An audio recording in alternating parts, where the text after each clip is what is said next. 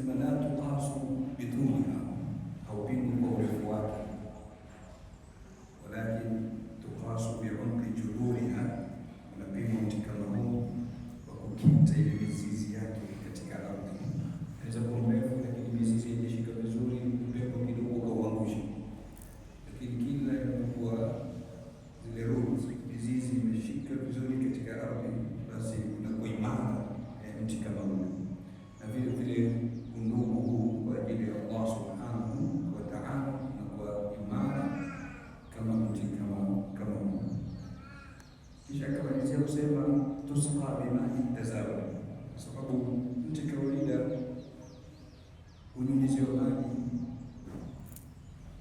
basi na vile vile mti wa undugu kwa ajili ya Mwenyezi Mungu subhanahu wa ta'ala, maji yake ni maji ya tazawwud, maji ya kutembeleana.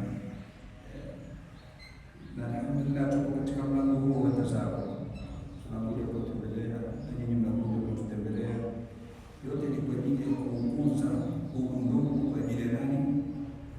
Allah subhanahu wa ta'ala. Na ndio inwani ya hotuba yetu ya leo, ndugu katika Uislamu, ndugu katika imani, ndugu kwa ajili ya Allah subhanahu wa ta'ala.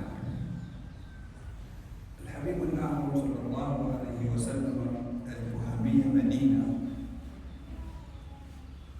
na akaona suraat, vurugu, mapambano, utesi uliokuwa katika mji kama ule, ndugu wasikizani na nduguye, vita zaidi ya miaka 120 kati ya Ausi na Khazraj, wanauana, wanamwagana damu, wanapigana. Mtume sallallahu alaihi wasallam katika vitu vya mwanzo kabisa alivyofanya ilikuwa ni mubaha. Alifanya udugu kati ya Aus na Khazraj, udugu wa kidamu, kwa sababu hawa ni bin am, ni wakazi asili yao.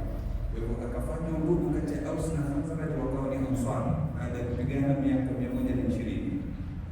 Kisha akafanya udugu mwingine kwamba ni udugu wa kiimani kati ya Muhajirina na Ansar. Amekuja kutoka Makka na watu 450